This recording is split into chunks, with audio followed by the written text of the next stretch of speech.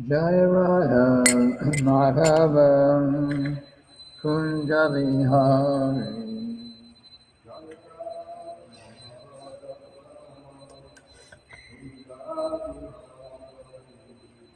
Jaya Radha Madhavam Kunja Vihari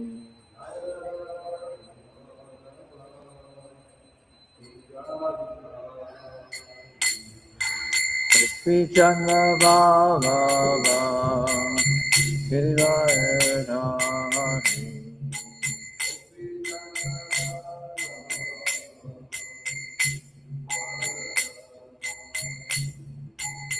Sri Chandra Baba Giridhari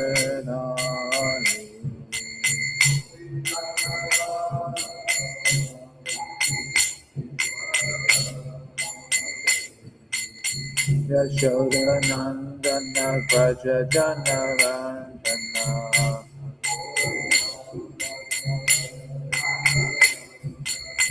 Yashoda Nandana Braja Jana Randana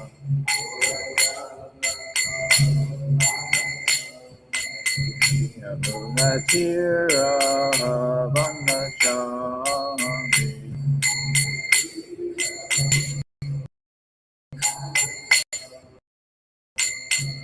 Yamuna Tira Vanachami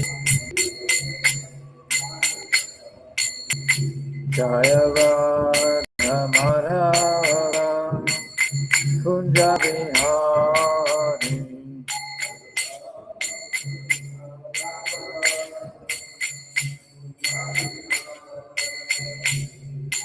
Gopi Jana Ballava Giridhari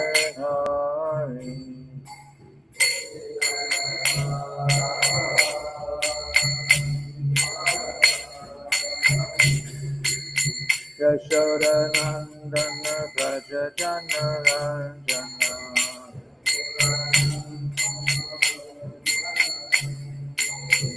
Yamuna Tira Vanachari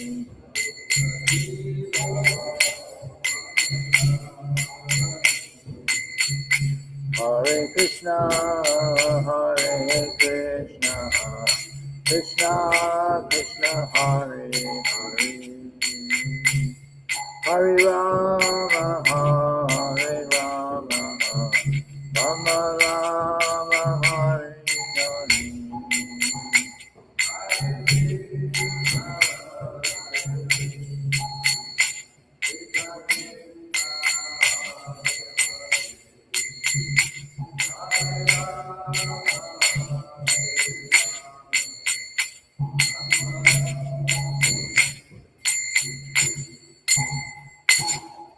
Srila Prabhupada ki jai.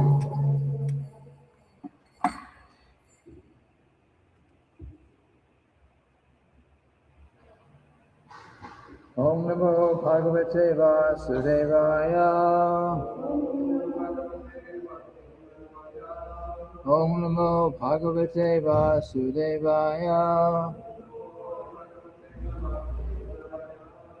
Om Namo Bhagavate Vasudevaya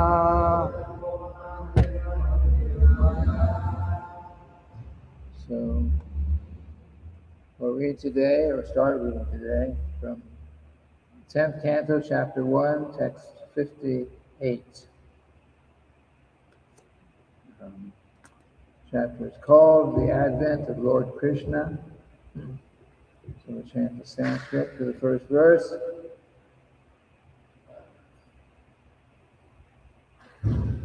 Kindu saham sadhunam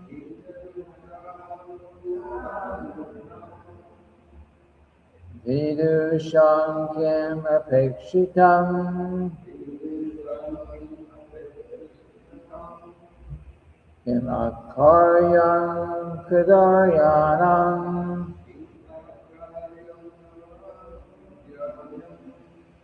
dushtya jankim pritat manam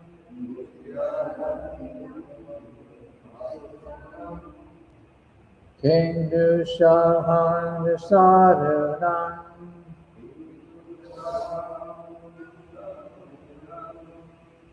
Vidusham kim apekshitam Kim akaryam kadaryanam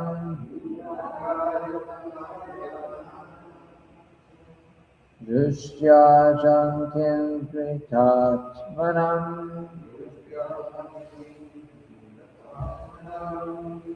Kindusahan sadhunam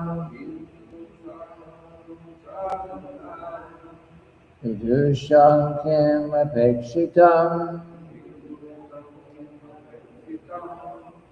Kim akaryam kadaryanam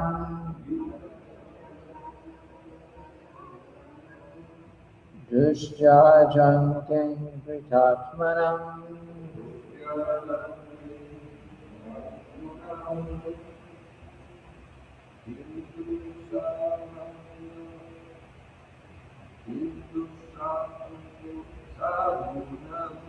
Indusahan sadhunam Vidusham kim apekshitam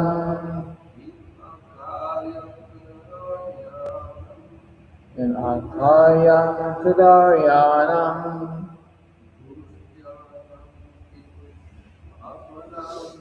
Dushyajam kim pritatmanam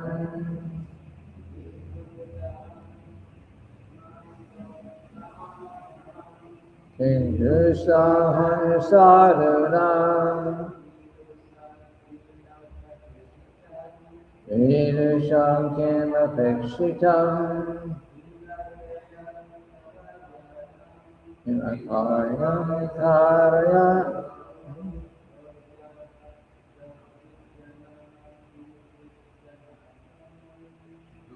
Dushyajam kim pritatmanam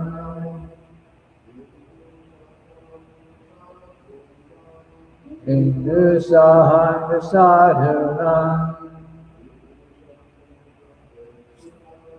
Vidusham kim apekshitam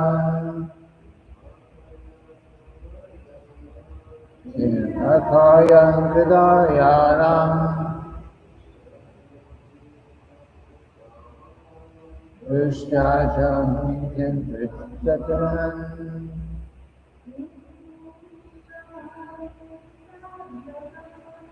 Kindusahan sadhunam Vidusham kim apekshitam Kim akaryam kadaryanam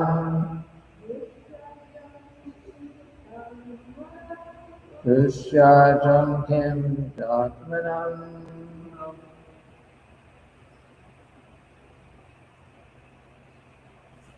Kim, what is?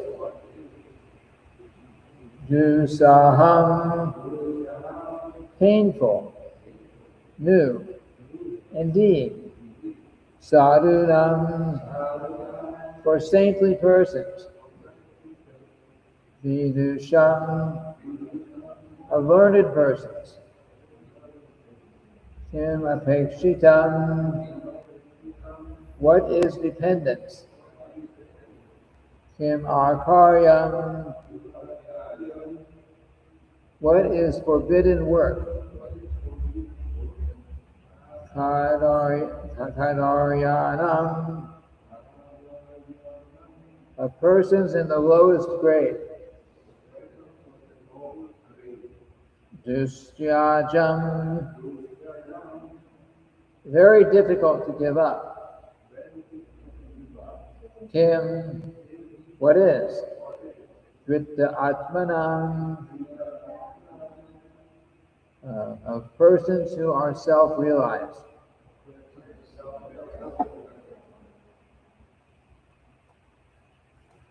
Translation. What is painful for saintly persons who strictly adhere to the truth? How could there not be independence for pure devotees? who know the Supreme Lord as the substance. What deeds are forbidden for persons of the lowest character, and what cannot be given up for the sake of Lord Krishna by those who have fully surrendered at his lotus feet. Repeat after me. What is painful for saintly persons who strictly adhere to the truth? How could there not be independence for pure devotees who know the Supreme Lord as the substance? What deeds are forbidden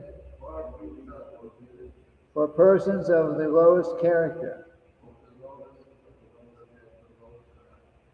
And what cannot be given up for the sake of Lord Krishna by those who have fully surrendered at his lotus feet?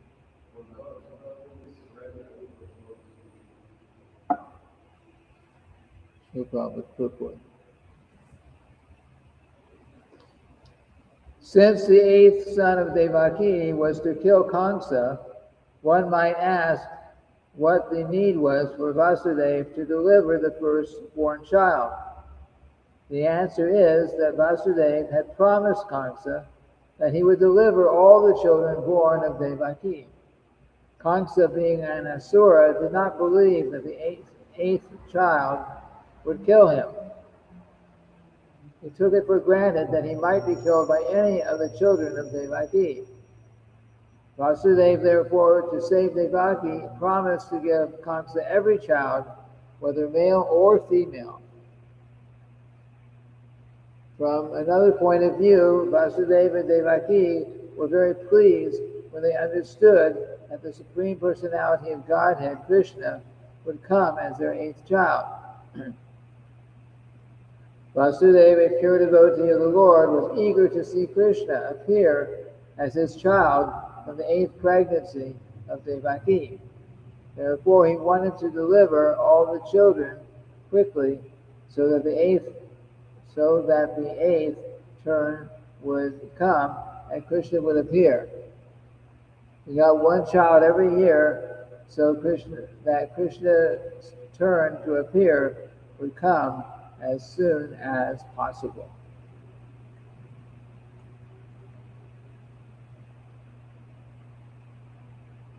Om Ajnana Timirandasya Vinashina Shurakaya Chakshur Unmilitam Yena Tasmai Shri Gurave Namaha.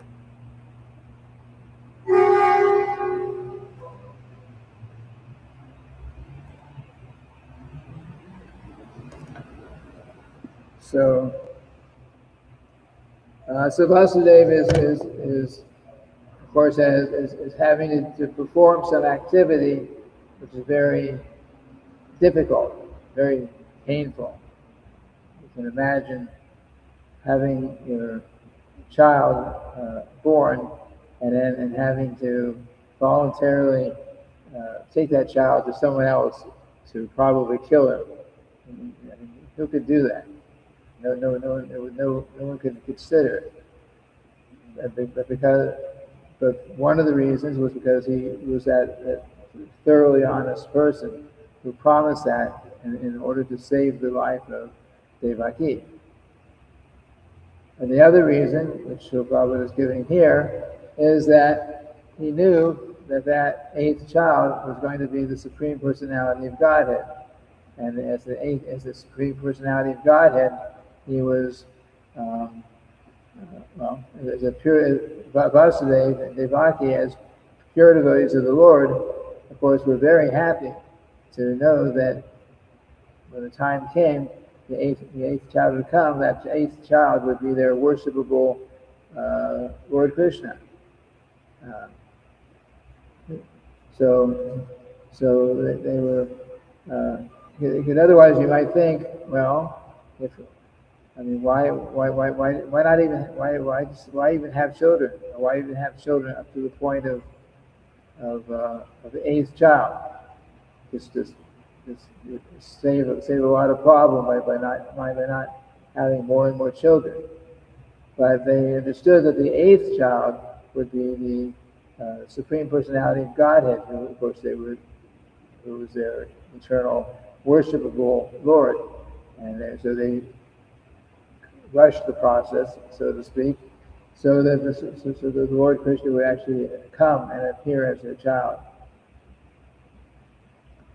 And of course, Lord Krishna coming as their child also meant that he would come and he would fix many problems in the material world. Because remember, the Mother Bhumi, personified Earth, she went and she asked Lord Brahma for help because of all the horrible things that were going on the Earth, especially the kings that were cheating and lying and not actually performing as kings, as proper kings anyway. So she wanted that, and Krishna agreed that he would appear. So now, and gradually it was revealed that at the time of Devaki's and Vasudeva's marriage, it became revealed that the eighth child would come and would kill Kamsa. Nobody else could kill Kamsa, but the eighth child would kill. So, of course, they were very anxious to have all these children, just so that the eighth child would finally come, and that eighth child would be the Supreme Personality of Godhead. So that's one point here. Another point is that a devotee, at least a saintly person or a pure devotee, accepts the mood of a pure devotee is that if anything that pleases Krishna, even if I don't want to do it, even if I don't feel like doing it, I don't want that particular situation for myself, I accept it. I will do that activity for Krishna because it's for Krishna. And if there's anything that I might personally want to do, and it's not what Krishna wants, then I don't want it. I reject it. Just like the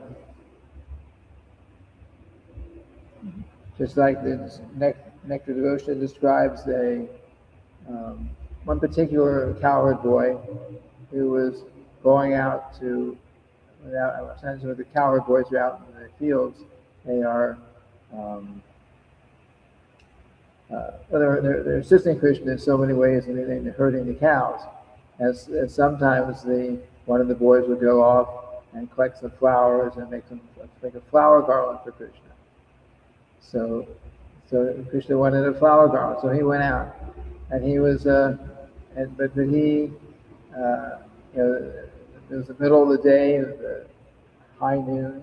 It was very hot, even today in Vrindavan. Summers are quite hot, even more so than here. But he was out there under the hot sun collecting flowers and in some difficulty because of the heat, but he was not at all disturbed because of that, because he was very happy to be collecting those flowers for Krishna. The same thing, actually, in the Srimad-bhagavatam Nectar Devotion, rather, in I think it's chapter 19. Chapter 19 is the chapter on Krishna Prema, love of Krishna. So there's a quote there. Lord Shiva, speaking to Parvati, says that for the pure devotees, pure devotee means someone who's actually on the level of love of Krishna, they actually have no perception of the pains or the pleasures of the material world. In other words, a pure devotee, you may say, well, there's suffering. Srila Prabhupada certainly, my body underwent so much suffering and like that, like anyone else. But the difference was that for the pure devotee, the only thing that what pleases the pure devotee, what gives him actual pleasure, is I want to see that Krishna is pleased. I want to see that Krishna is happy. And then so he does what Krishna wants to do, so that he feels happy. And if Krishna doesn't want something, then even if the devotee might otherwise like to do that, Krishna does not want it. He does not do that because Krishna is not happy with it. So,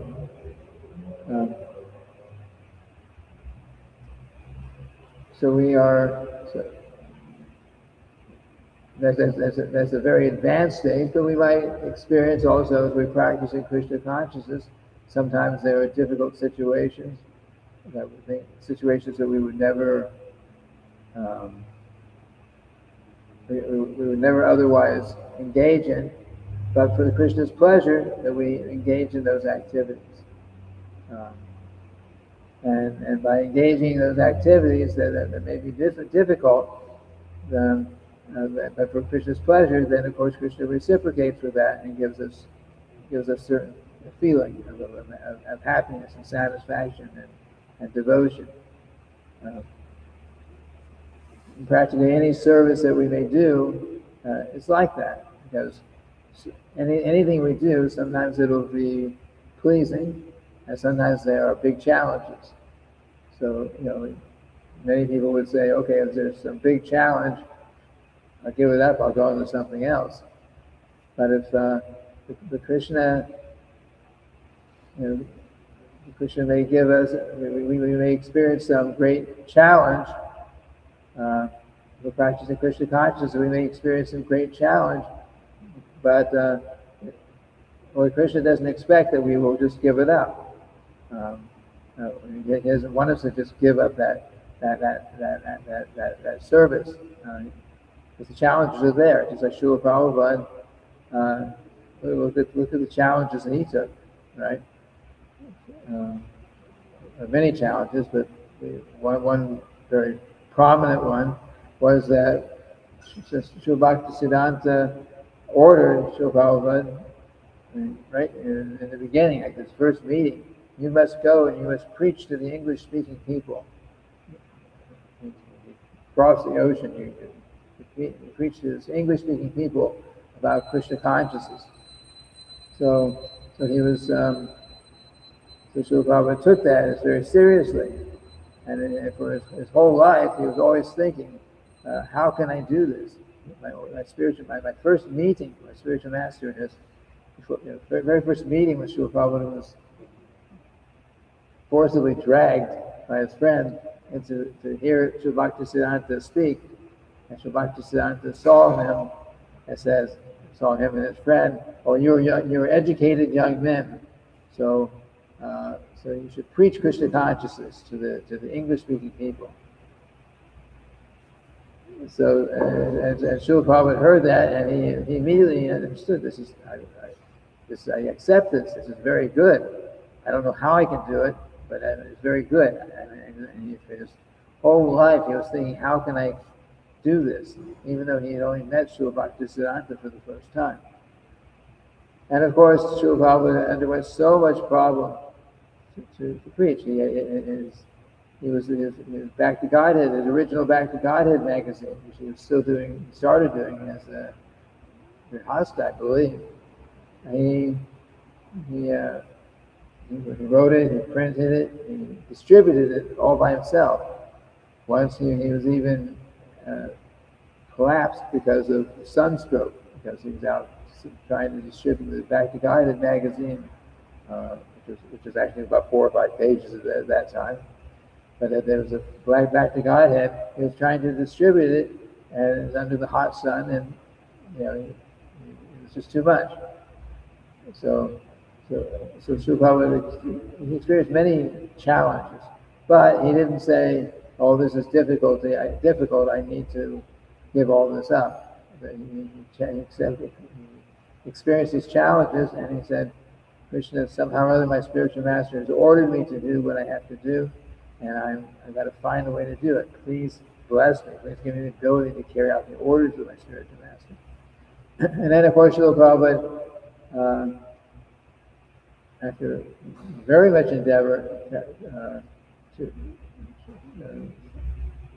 got passage on the Jaladuta to travel across the ocean, and he had to wait even for some months, I believe, at the Scindia steamship community, as they call it, the place where most of the workers there were living.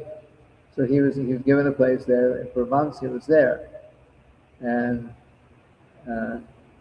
the reason he was there that long, even after Srimati Maraji gave him the agreed that she would let him have passage on one of her ships. She had many ships, so she had agreed to let him have passage on one of his ships.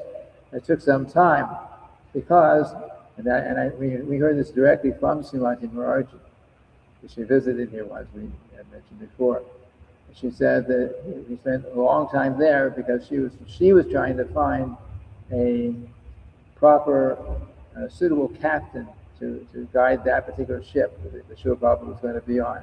Some captain that would be nice and good for him. So, and Srila Prabhupada did mention that the captain and the captain's wife on that ship were very kind to him. So she made that arrangement for him, but it took some months to arrange that. And of course, Srila Prabhupada had all these so many problems, but still he didn't say this is too much. I'm giving all this up. This is nonsense. He didn't say that. He said the one must carry out the orders of the spiritual master. He quoted actually Vishwanath Chakravarti Thakur who said that one must carry out the orders of the spiritual master, just like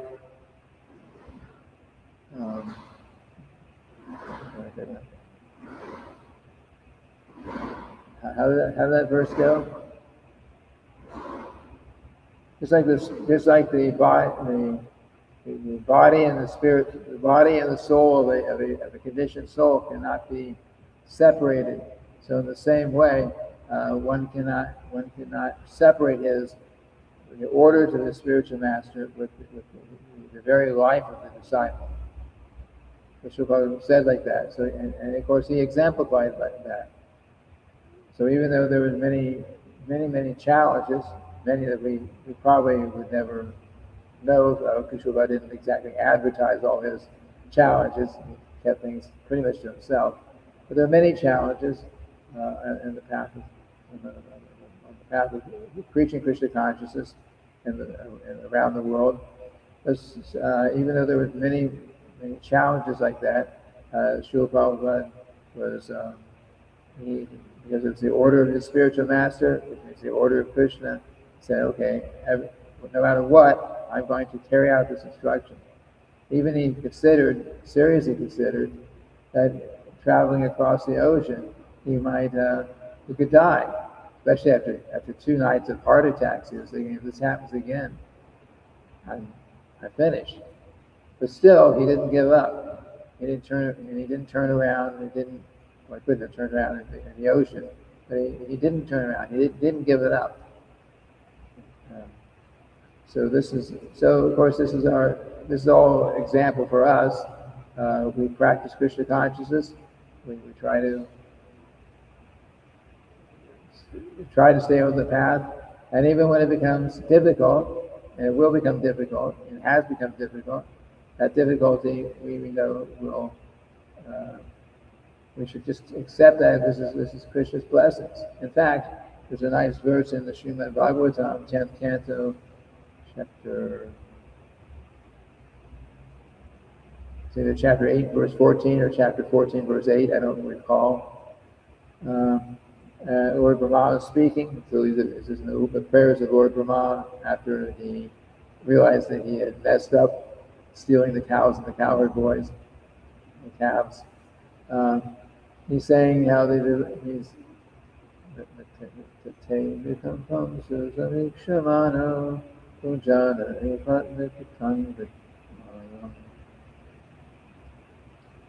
sorry, I don't remember off the whole verse. But anyway, it's saying that he's describing the mood of a devotee. Uh, uh, and the devotee on the path of Krishna consciousness will experience so many difficulties. But that devotee on the path of Krishna consciousness is experiencing these difficulties. He is thinking. He does not give up the path. He accepts that. He's saying that I'm experiencing these difficulties because of my past activities. Why is Krishna doing this to me? No, he does not think like that. He's thinking because of my past sinful activities, my past mistakes, my lack of purification. That's why I'm experiencing some difficulties. So the devotee is thinking like that. He said he should. The verse says that the devotee goes on. If the devotee goes on, he continues to practice Krishna consciousness, continues to engage in devotional service until the end. Then he becomes the rightful heir. Right? The verse says the rightful heir of the spiritual world, because and the purport says that says that just as in the material world, if a man has a father, if the father dies, and normally, maybe it's not always the case now, but traditionally, whatever the property that the father has would go to the son. So that, and the only qualification of the son to get that property and after that system is that he has to be alive. If he dies, then he's not going to get it. So the same principle, if we just simply stay on the path, accept the difficulties that are going on, understand that this is all Krishna's mercy, and it's for my benefit, and at the end of our lives, if we've not given up this path, then we will become the rightful heir of the spiritual world. Usually we can go back to the spiritual world. That this is the principle. Everything is maybe seems very, very difficult to so much lacking in Krishna consciousness, but how that's so difficult. But how can I succeed? But this verse actually describes it. If we just stay on the path of Krishna consciousness, and we keep practicing it, and when difficult times get difficult, we tolerate those difficulties, understanding that Krishna's not being bad to me. He's actually doing something good for me. And we may ask, especially when we think at the time of initiation, the spiritual master actually accepts the karma or purifies the karma, depends on how you hear it, of the disciple. All the previous karma is like wiped out. So we may think, why or how is it that all this, my past probably millions and billions of lifetimes of karma is finished? And that's the case, then why am I still suffering? Why are the mosquitoes so biting me? why do I get sick? Why do people give me problems? If we're thinking why all this if I have no karma, good or bad? And the reason is that although the spiritual master relieves us by our taking up his service, he relieves us of that karma, but that does not immediately take away the mentality, the bad mentality that we have developed that cause us to get entangled in the first place. So Krishna does, when we're on the path of Krishna consciousness, is he very personally puts us through many situations, many difficult situations in our lives, so that we can gradually develop, gradually change our mentality from materialistic to completely surrendered to Krishna. We may not have any karma, but we can, because of the mercy of the spiritual master, but still we have to change our mentality. If we don't change our mentality, then of course we'll give up the path of Krishna consciousness. So that's this verse from the 10th canto, which we're in the 10th canto, so we'll eventually come to this verse. This verse shows that the position that the devotee should take, even though there may be so many difficulties on the path of Krishna consciousness, we need to tolerate those difficulties and go on the path of Krishna consciousness. We need to continue on, and if we continue on and continue throughout our life, at the end of our life, then the result will be that we will finish up our business in this material world in this lifetime, and we will inherit our place in the spiritual world. Anyway, there's a couple of points here. Any questions, comments? Verse is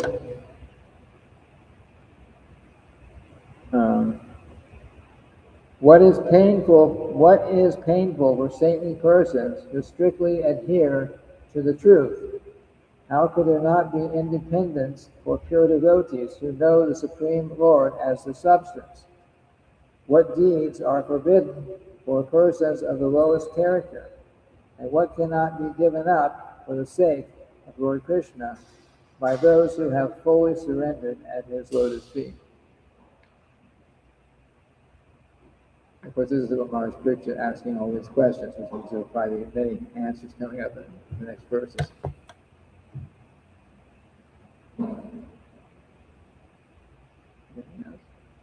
So nothing else, then we'll end here. Srila Prabhupada ki